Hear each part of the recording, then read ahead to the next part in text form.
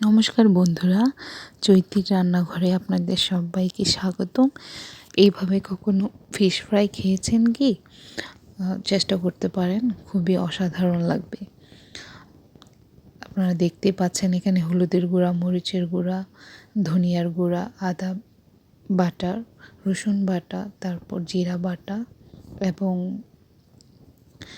লেবুর রস দিয়ে ভালো করে মাছটাকে প্রথমে মেরিনেট করতে হবে।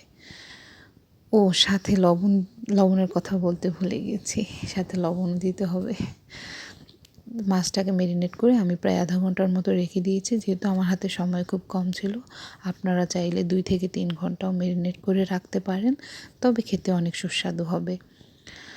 চুলার মধ্যে একটা ফ্রাই প্যান বসিয়ে ফ্রাই প্যানটাকে ভালো মতো গরম করে সরিষার তেল এবং সয়াবিন তেল দুইটা মিক্সড করে মাছটাকে ভালো মতো করে ভাজতে হবে 2-3 মিনিট প্রথমে এক পাশ, তারপর আরেক পাশও সেমভাবে 2-3 মিনিট মিডিয়াম টু লো হিটে রেখে ভালো করে ভাজতে হবে যেন ক্রিস্পি ভাবটা আসে।